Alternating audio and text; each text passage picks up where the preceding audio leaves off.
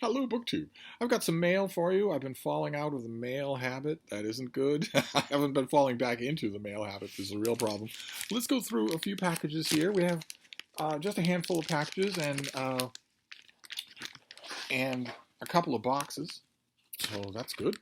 On a very increasingly gloomy Friday. It was sunny and amiable first thing this morning. I went out to do errands first thing in order to beat the worst of the heat. You know, the way things are in November in New England. You do your errands early in order before the heat really sets in. And then it was normal. It was a normal day. Well, normal for the new normal. I was walking around in shirt sleeves and I was warm. But I think rain is coming. Maybe a lot of rain. And it's getting darker and darker before it should. So what have we got here? This is a 2023 release. How much you want to make a bet that a lot of these are 2023 releases? This is by Idra Novi. And it is called Take What You Need. What have we got here? As a longtime fan of Idra Novi, I am enormously excited to share with you her third novel. I don't know this author, I don't think.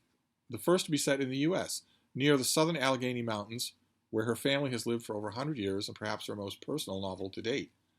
Set in the mountains of Appalachia, Take What You Need traces the parallel lives of Jean, her beloved but estranged stepdaughter Leah. As Jean's world has widened, she has grown further away from Jean. As Leah's world has widened, she has grown further away from Jean, missing her stepmother's hard-won insights and lack of inhibition. When a young man notifies Leah of Jean's sudden death and of the metal sculptures Jean began welding from scrap late in life, she rushes back with her young family, regretting her choice to drop all contact with the maternal figure she's now lost. With vigor and mordant humor, the author zeroes in on the joys and difficulty of family, the ease with which we let distance erase conflict, and the power we can draw from creation. Okay, that sounds really good. So this comes out in mid-March. It's going to be a hardcover in mid-March. That's a long way away. I don't need to think about it until the new year. A novel set in Appalachia. Okay. Let's move on to this next one here and see if it behaves itself any better than the first one did. First one needed technological assistance right out of the gate. That's never good. What have we got here? That? Oh, God. Okay. Okay. All right, this comes out in December. December releases are rare on the ground, so I'll take it, definitely. There's just one word that's throwing me off. You will recognize it right away. This is by Nick Riggle, and it is called This Beauty, A Philosophy of Being Alive. Here's the bean. There's beauty for you. Oh, there's some beauty. Oh, let's see here. Before Nick Riggle became an acclaimed philosopher and a new father, he was a pro skater and high school dropout. Reflecting on his past and on the brink of bringing new life into this world, he asks the fundamental question of why we should value our lives even though we did not ask for or consent to them. Philosophy. Asking self-evident questions for 3,000 years. In this book, he offers an accessible and philosophically profound applying his unique blend of intellectual rigor and irreverence, wit and humor, to illuminating the value, indeed the beauty, of being alive. Although no one consents to being brought into this world, into this body, into these conditions, the conventions of everyday language urge us to value this life and make the most of it. Seize the day. Treat yourself. You only live once. While these expressions, what Riggle calls existential imperatives, might appear cliché, they also convey a sense of life's urgency and fleeting nature. Yet does the finiteness of life, or a feeling that it is precious, itself offer a sufficient reason to love life?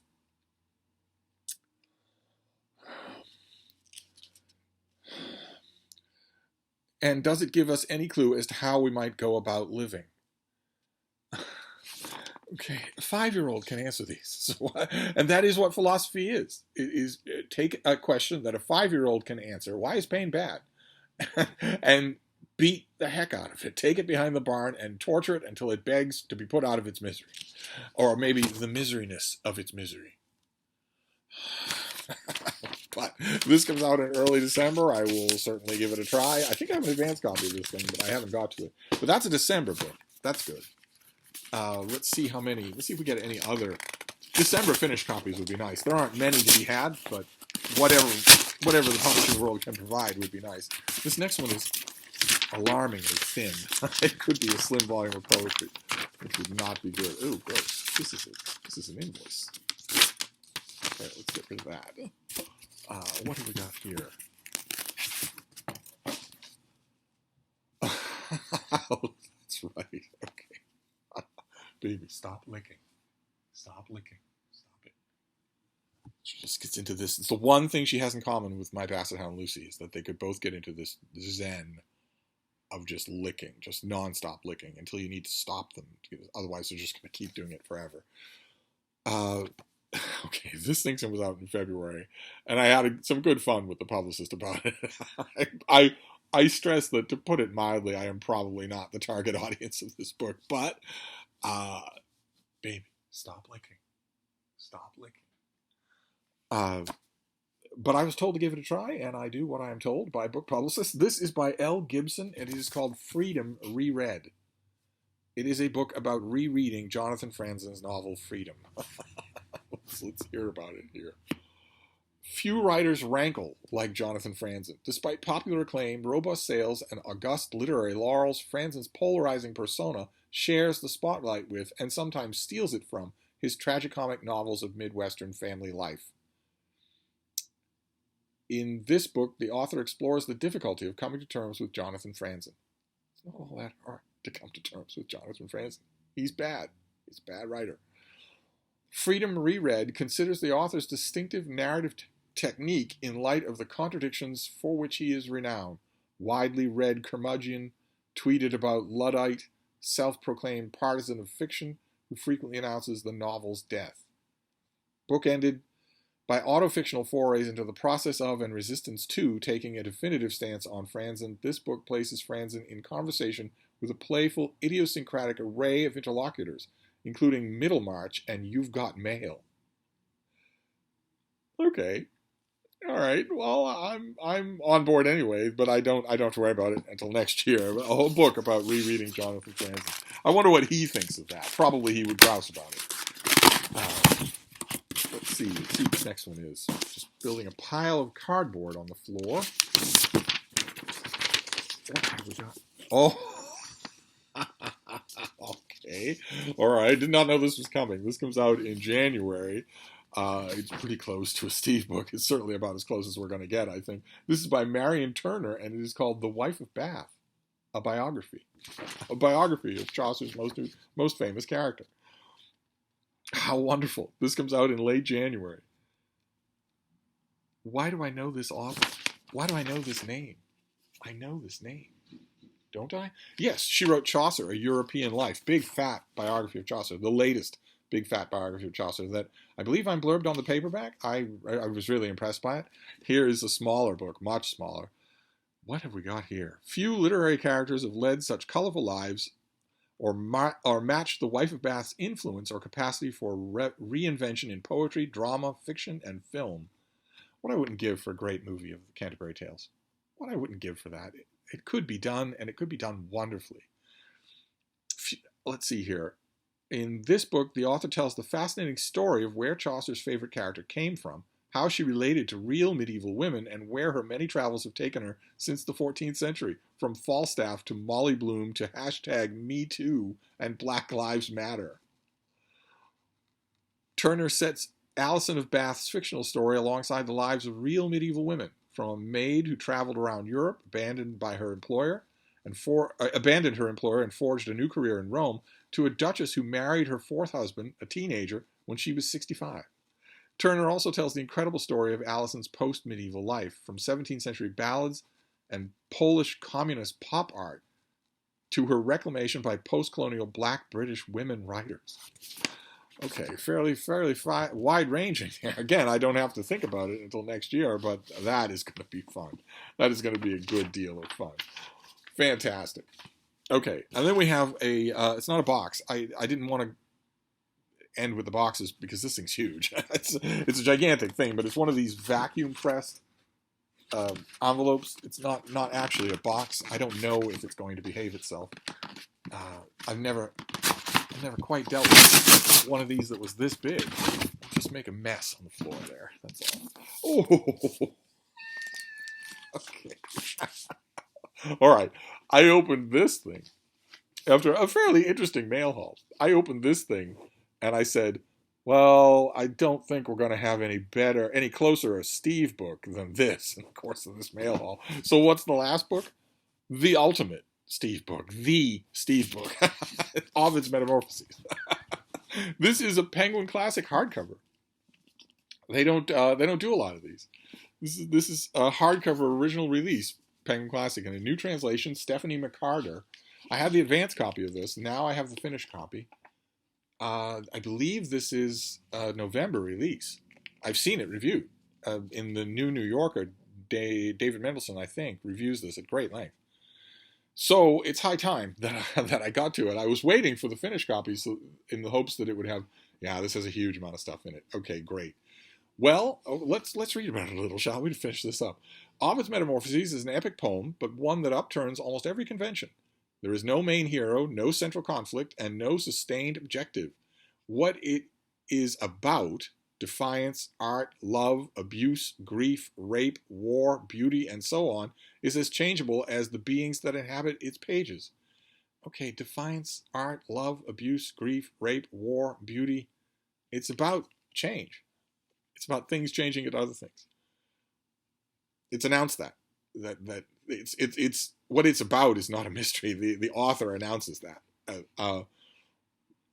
The sustained thread of power and how it transforms us, both those of us who have it and those of us who do not. Okay.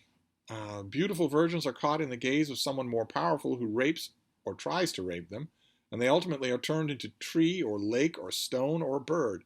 For those who are brutalized and traumatized, transformation is often the outward manifestation of their trauma. Okay. Plenty of rotten people are transformed too. Okay, all right. Then why continue to read Ovid? Well, if you characterize Ovid as the poster boy of #MeToo, then you don't have a reason to continue reading. That description is downright weird. McCarter proposes that Ovid should be read because he gives us stories through which we can better explore ourselves and our world, and because he illuminates problems that humans have been grappling with for millennia. Does McCarter propose that? That's the reason we should read Ovid, because he gives us stories through which we can better explore ourselves and our world.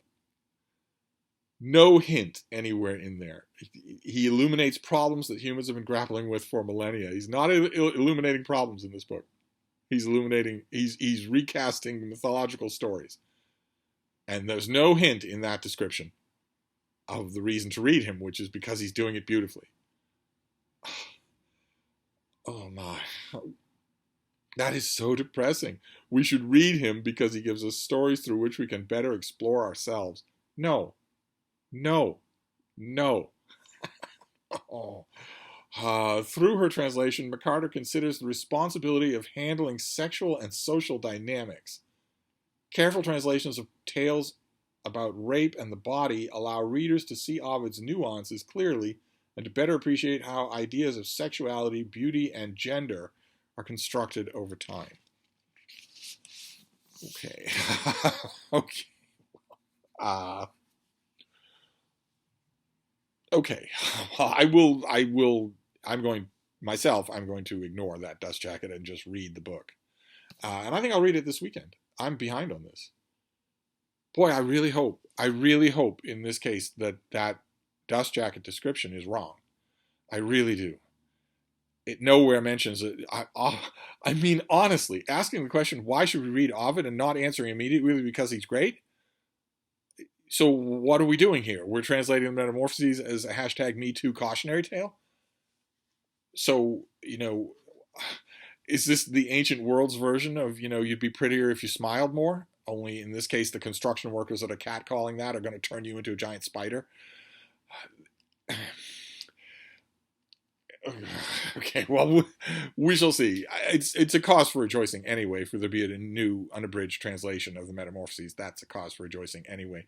And I'm not sure, uh, but I'm guessing that no woman has ever translated this completely for a mainstream publisher.